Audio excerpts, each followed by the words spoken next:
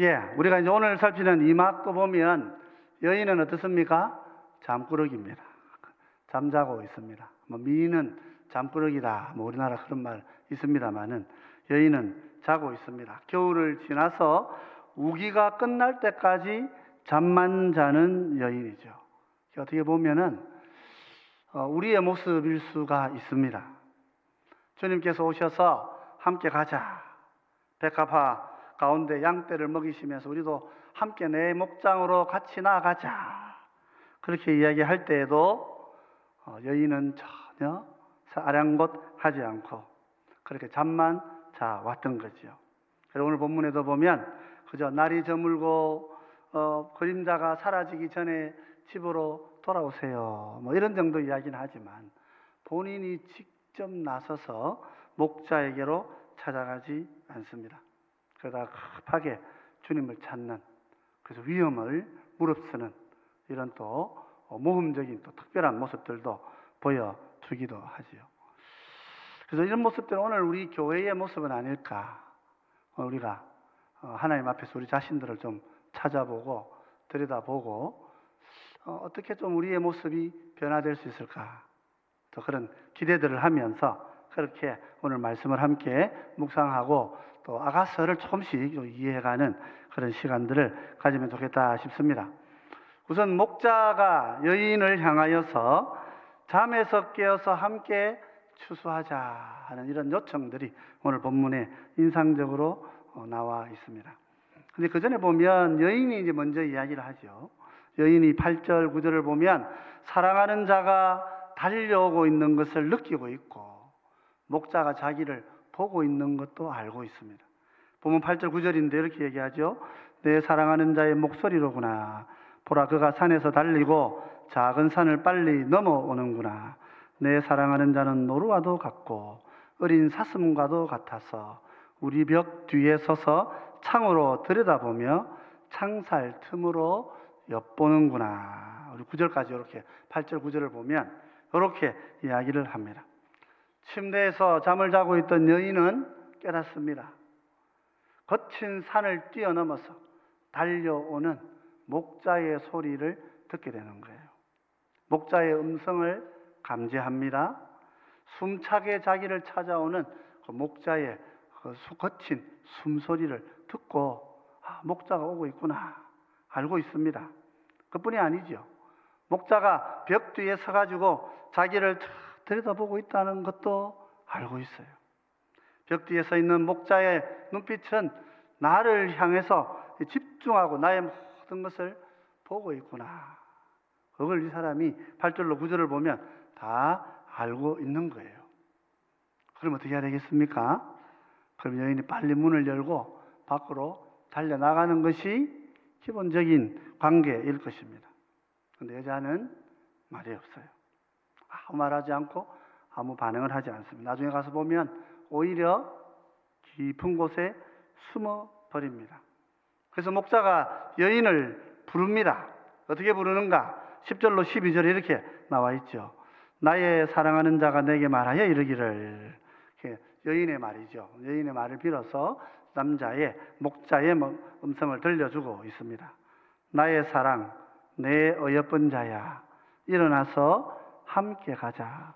겨울도 지나고 비도 그쳤고 치면에는 꽃이 피고 새가 노래할 때가 이르렀는데 비둘기의 소리가 우리 땅에 들리는구나. 그렇게 말하고 있습니다. 여기 목자가 뭐라고 이야기합니까? 일어나서 함께 가자. 이렇게 이야기를 합니다. 잠에서 깨어나서 나와 함께 가자. 겨울도 지나고 비도 그쳤다. 이렇게 얘기해요.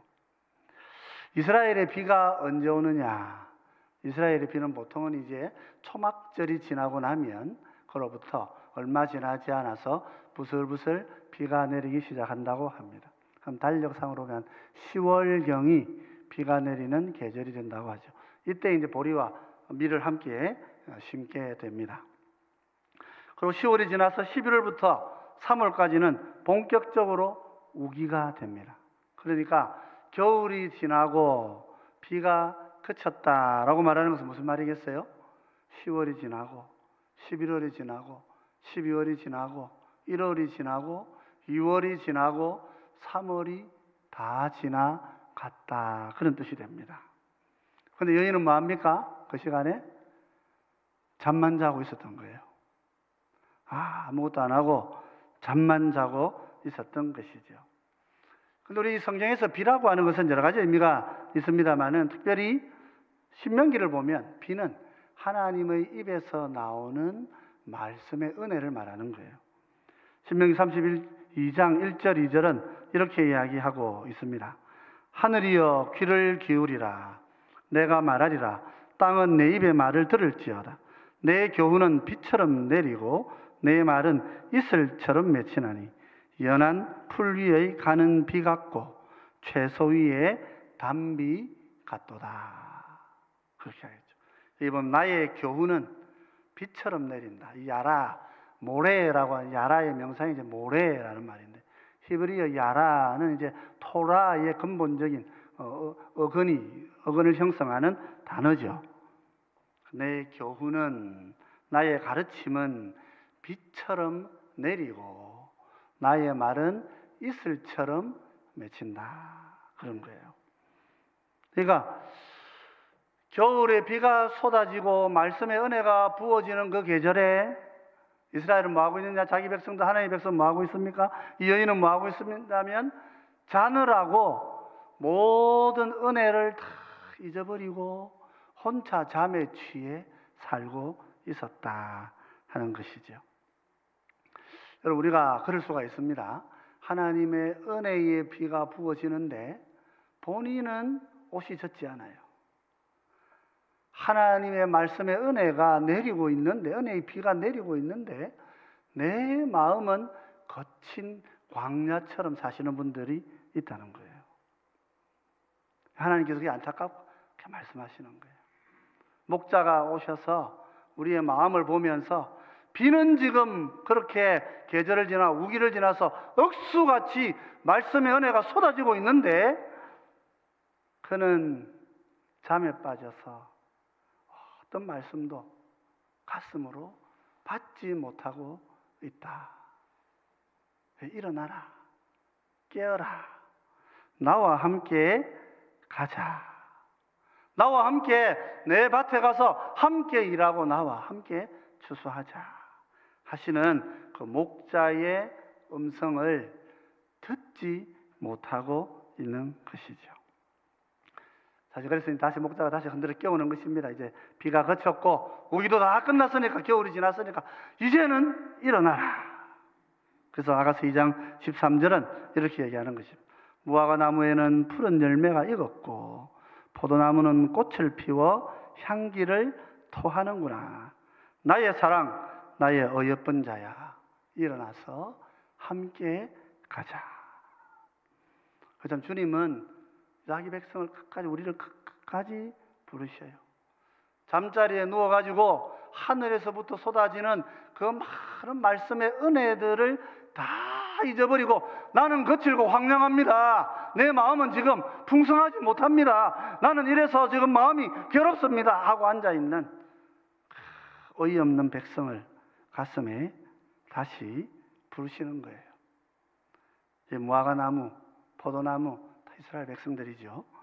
하나님께서 이제 추수할 때가 되었다. 그렇게 말씀하시는 거예요.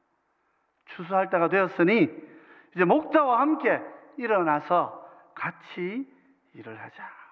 함께 가서 이 추수를 남겨두지 말고 우리가 다 거두어서 하나님께로 올려드리자. 이렇게 주님이 부르시는데 그 음성을 지금 듣고 있는 거죠.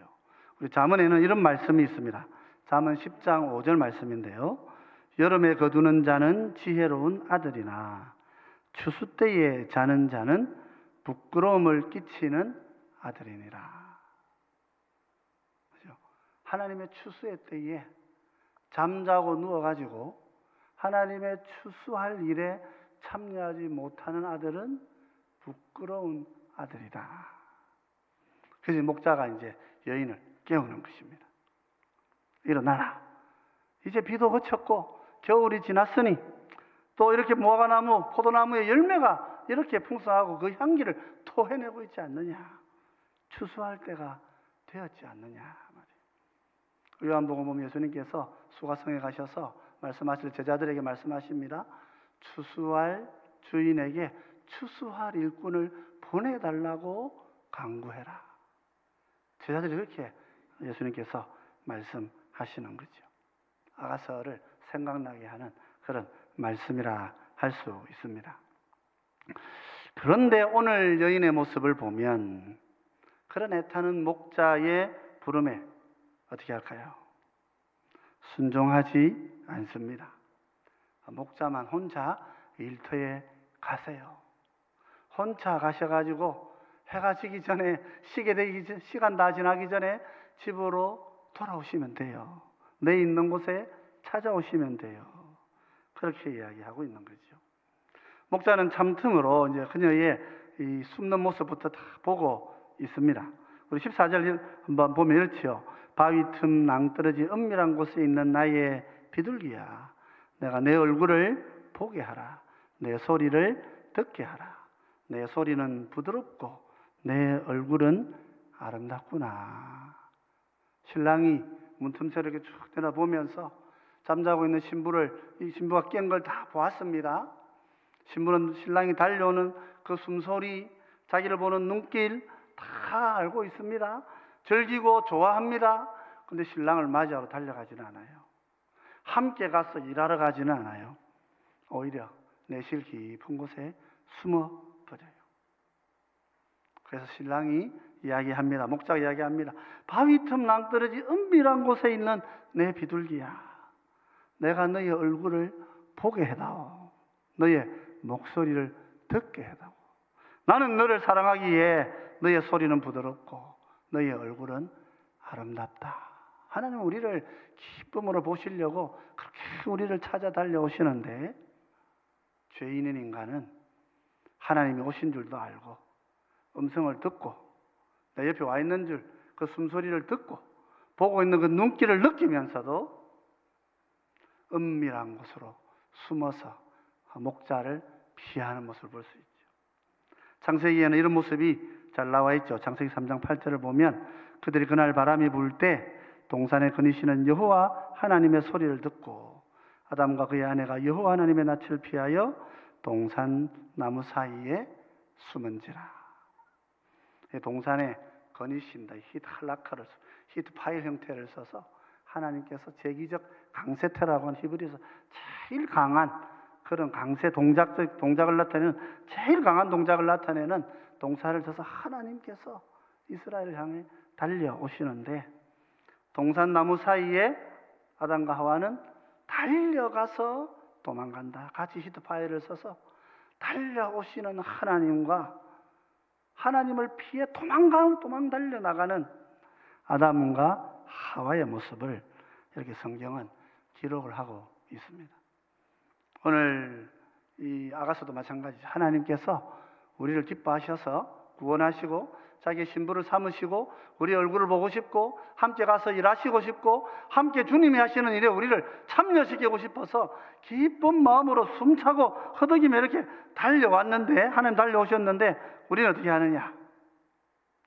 하나님의 그 부르심 앞에 자기의 몸을 숨기고 하나님의 부르심을 피하여서 내실 은밀한 곳으로 도망가 버리고 만다 하는 거예요. 그래서 하나님 경고도 하시죠. 목자가 경고합니다. 2장 15절을 보면 이런 경고가 있죠. 우리를 위하여 포도원을 허는 여우를 잡으라. 우리의 포도원에 꽃이 피었습니다. 본문의 여우는 누구일까요? 우리의 포도원을 허는 여우는 누구일까요? 에스겔 13장 3절 4절을 보면 이렇게 기록하고 있습니다. 주 여호와의 말씀에 본 것 없이 자기 심정을 따라 예언하는 어리석은 선지자에게 화가 있을진저. 이스라엘아, 너희의 선지자들은 황무지에 있는 여우 같으니라. 그렇게 표현하고 있어요. 하나님의 교회에, 우리 성도들이 살아가는 삶의 주변에 여우가 우리를 집어 삼키려고 이렇게 돌아다니는 거예요. 본 것 없이 하나님의 뜻 없이 하나님의 뜻이 무엇인지도 모른 채 이렇게 해야 되니 저렇게 해야 되니 하면서 하나님의 말씀 앞에 순종하고 하나님의 사역에 함께 동참하는 그 일에 내 삶이 전폭적으로 드려지도록 그렇게 헌신하지 못하게 하는 이 여우들이 우리 주변에 너무 많은 거예요. 사실 교회 안에 말이 너무 많은 게 문제인 거예요. 하나님의 말씀만 들려야 되는데 하나님의 음성을 듣지 못한 거짓 교사들이 하나님의 말씀이랍시고 자기 말을 너무 많이 하고 있는 게 오늘 우리 교회의 현실일 수가 있습니다. 그 여우를 잡으라. 그 여우를 쫓아내 그 거짓 선지자들을 교회 안에서 축출해야 된다고 그렇게 경고합니다. 그런데 경고를 들은 여자는 어떻게 합니까? 그러면 정말 경고를 듣고 목자에게 달려갑니까? 여자는 이렇게 대답해요. 16절에 이렇게 대답합니다. 내 사랑하는 자는 내게 속하였고 나는 그에게 속하였도다. 나중에 가면 이 순서가 바뀝니다. 내가 내 사랑하는 자에게 속하였고 내 사랑하는 자도 나에게 속하였구나. 이렇게 나중에 바뀌어요. 그런데 지금은 어떻습니까? 내 사랑하는 자는 내게 속한 사람이다. 여전히 자기를 중심으로 그렇게 세상에 돌아간다고. 하나님이 나를 중심으로 움직여야 된다고. 예수님께서 나를 중심으로 나에게 속한 자가 되셨고 그래서 나도 그에게 속한 자가 된다. 그렇게 이야기를 해요. 아직은 이기적입니다. 그런데 놀라운 사실은 새로운 걸 한 가지를 발견합니다. 뭐냐면 그가 백합화 가운데에서 양떼를 먹이는구나. 어떻게 보면 이 여자가 이제 한 가지 깨달은 게 있습니다. 삶은 여전해요. 여전히 자기 중심이에요. 그런데 목자가 백합화에서 가운데에서 양떼를 먹이는 분이구나 하는 것은 인지하고 있습니다. 조금의 변화가 이제 나타나게 되는 거죠. 여러분 어떻습니까? 우리도 신앙생활 하면서 하나님 나를 구원하신 이유가 뭘까? 나한테 잘해 주려고? 하나님 나한테 어떤 복을 주고 나한테 어떤 성공을 주실까? 우리 집에는 어떤 좋은 일이 있을까? 온통 내 중심으로 이렇게 신앙생활 하는 거예요. 그죠? 좀 깨달아서 목자가 양떼를 먹이고 있구나. 무슨 말이에요? 우리 목자는 양떼 먹이는 분이시구나. 그러면 사실 어디까지 가야 되겠습니까? 나도 목자와 함께 양떼를 먹여야 되는 것이구나. 여기까지 가야 되는데 어떻게 돼요? 이 여자는 이렇게 대답합니다. 17절에 내 사랑하는 자야 날이 저물고 그림자가 사라지기 전에 돌아와서 베델산의 노루와 어린 사슴 같을지라. 이렇게 이야기합니다. 이 구절이 조금 어려운 구절이기도 합니다만은 의미는 분명한 거예요. 목자가 양떼를 먹이고 있는 그곳에 내가 달려가야 되는데 어때요? 나는 달려가지 않아요. 나는 그곳에 가면 목자를 만날 수 있는데 그 목자가 계신 그곳에 내가 달려가지 않아요. 그리고 말합니다. 해지기 전에 그림자 사라지기 전에 시간 맞춰가지고 내 있는 집으로 돌아오세요. 그렇게 얘기하는 거예요. 당신은 베델산의 노루와 어린 사슴처럼 다니세요. 베델이라는 말은 히브리어 밧달에서 온 말입니다. 밧달이라고 하는 말은 창세기에 나오는 말이죠. 창세기 1장 4절에 보면 창세기에 밧달이 여러 번 나옵니다만은 어쨌든 여기 4절에 보면 처음 밧달이 이렇게 나옵니다. 빛이 하나님이 보시기에 좋았더라. 하나님이 빛과 어두움을 나누사 그랬어요. 빛과 어두움이 나누어진다 할 때 베델이라고 하는 단어를 사용하는 거예요. 무슨 말이에요? 나는 이쪽 산에 있을 테니까 당신은 저 건너 베델산에 가서 막 뛰어다니시고 일하시고 잘 지내시다가 시간 맞춰서 나한테 돌아오세요. 그렇게 대답을 하는 거죠. 그렇습니다, 여러분. 주님이 일하고 계신 그곳에 내가 달려가서 함께 내가 섬기고 함께 내가 일하겠습니다. 그렇게 말하지 않고 열심히 잘 섬기세요. 주님 잘 섬기시고 저는 여기 있을 테니까 그냥 때 되면은 시간 맞춰가지고 그 일 끝나면 이제 나한테 오세요. 그러니 여인의 옆에 목자가 계시지 않아요. 목자가 부르러 오셨을 때, 함께 가자고 데리러 오셨을 때 따라가지 않았기 때문에 여인의 곁에 목자가 없어요. 아니, 목자의 곁에 여인이 함께 할 수가 없는 거죠. 그랬더니 저녁에 어떤 일이 일어납니까?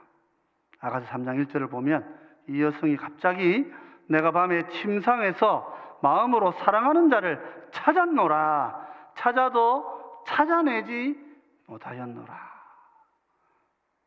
목자가 찾아왔을 그때에는 숨고 도망가다가 혼자 있으니까, 내가 외로우니까, 내가 힘이 드니까, 내가 어려우니까 어떻게 해요? 주님을 찾기 시작하는 것입니다. 그때 주님을 막 찾는데 안 보이니까, 침상을 뒤져도 안 보이니까 갑자기 큰 거리로 그냥 뛰어나가 버립니다. 큰 길은 위험한 길. 한밤중에 큰 길로 뛰어간다는 것은 위험한 길이죠.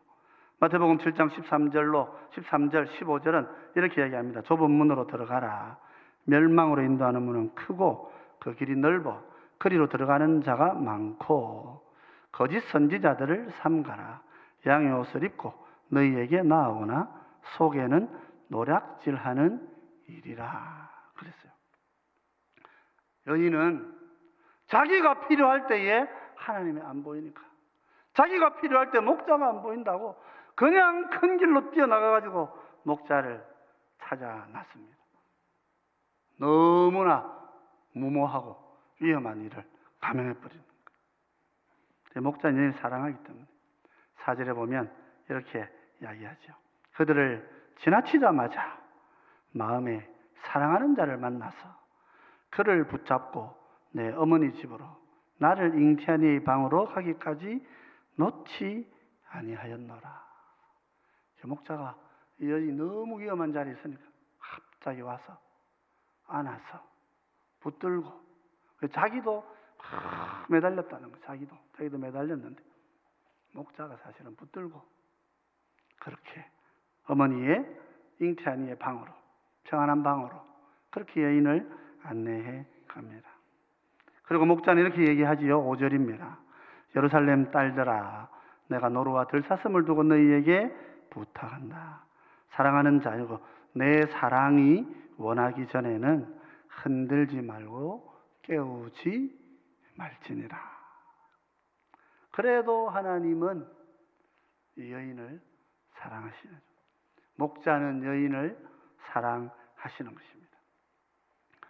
우리가 우리를 찾아오실 때에 마음을 닫아버리고 오히려 숨고 그러다가 하나님 내 옆에 계시지 않는 걸 알고 나도 모르게 하나님을 찾느라고 북새통을 치르고 난리법석을 떨고 길거리 위험한 자리도 마다하지 않고 불길도 모른 채 불길이 무서운지도 모르고 뛰어들 때 주님께서 긍휼히 여기셔서 붙드시는 거예요. 그래서 선지자 이사야는 우리에게 이렇게 조언을 하고 있는 거예요. 이사야 55장 6절 7절입니다. 우리 같이 한번 읽어보십시다. 너희는 여호와를 만날 만한 때에 찾으라. 가까이 계실 때에 그를 부르라. 악인은 그의 길을, 불의한 자는 그의 생각을 버리고 여호와께로 돌아오라. 그리하면 그가 긍휼히 여기시리라. 우리 하나님께로 돌아오라. 그가 너그럽게 용서하시리라. 그렇습니다. 우리 성도 여러분, 오늘 우리가 이 막의 아가스의 두 번째 막을 우리가 보고 있습니다. 여인은 조금 잘합니다. 목자가 어디에 있는지, 무슨 일을 하는 분인지 이제 알게 되었어요. 그렇지만은 여인은 목자의 음성에 헌신하지 않아요. 목자의 부름에 달려가지 않습니다. 목자가 나를 찾아올 때에 여인은 숨고 목자와 동행하지 않습니다. 자기가 필요할 때 목자가 없다고 무모하게 뛰어다니며 목자를 찾아 나서는 그런 모습을 보여주고 있지요. 주님은 우리를 그럼에도 변함없이 사랑하신다, 그렇게 말씀하고 있습니다. 우리는 어떻게 합니까? 주님 일 많이 하시다가 내 시간, 내 때가 되면 그때 맞춰가지고 우리 집에 잠깐 다녀가시면 됩니다. 우리 주님이 우리 삶 속에 그런 분으로 계시지는 않는가 말이죠. 주님이 무슨 일을 하는지 배웠어요? 알았어요? 그럼 주님 열심히 베델산에 가셔서 거기서 열심히 일하시고, 저는 막 가까이 안 가도 되고, 저는 그 일 안 해도 되고, 그냥 주님만 열심히 하시다가 내가 쉬고 있는데 거기 오셔서 내 마음을 채워주세요. 주님으로 나를 채우고 싶어요. 나를 채워주세요. 그렇게 말하고 살아가고 있는 교회는 아닌가. 교회가 자랄 때, 우리 자신이 자라갈 때, 영적으로 살아갈 때, 이런 과정 속에서 우리가 주님을 만나가고 있다 하는 것입니다. 그러나 우리가 알아야 될 것이 있습니다. 주님, 우리가 마음대로 부릴 수 있는 하나님이 아닙니다. 우리가 주님이 부르실 때에, 내가 만날만 할 때에, 찾을만 할 때에 주님을 찾지 않으면 주님을 잃어버릴 수가 있어요. 오늘 그런 경고도 이 이막은 우리 가운데 함께 해주고 있는 것이지요. 오늘 말씀 우리가 마음에 잘 간직하면 좋겠습니다. 나는 오늘 정말 하늘의 비가 한없이 쏟아지는데도 그 비에 옷 하나 젖지 않고 그렇게 교회 문턱을 넘고 다니고 하고 있지는 않은지 내 영혼을 잘 살피는 여러분 되시기를 바랍니다. 교회 안에 많은 말씀이 있고 하나님의 은혜가 있는데 그 많은 말씀이 내려지는 곳에 그 어쩌질까 싶어가 다 숨어 있고, 거기에 내가 달려가서 내 마음이 적셔질까 염려해서 말씀의 은혜 바깥에서 깨끗하게 그렇게 자기를 그렇게 붙들고 살아가고 있지는 않은가 말이죠.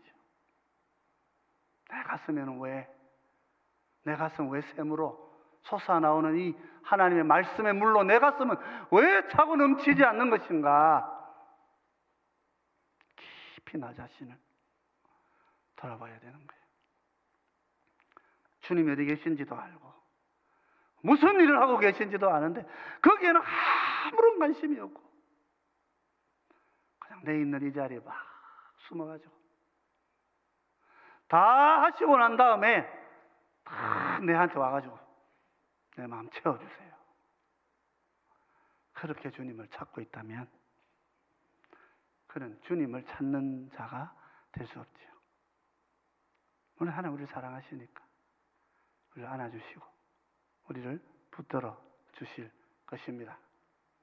그럼에도 불구하고 오늘 우리의 마음은 주님과 함께 동행하고 주님 일하시는 곳에서 함께 지내면서 영원히 주님과 함께 사는 삶, 주님과 함께 동행 히탈라크의 삶을 그렇게 우리가 은혜 가운데 누리고 살아야 하는 것입니다. 이 마귀의 말씀의 경고들을 마음에 잘 간직하면서 내 영혼이 주와 날마다 가까이 살아가는 내 삶이 되게 해 주시옵소서. 그런 마음으로 기도하시고 또 은혜 누리시는 우리 모두가 되시기를 주의 이름으로 축원드립니다.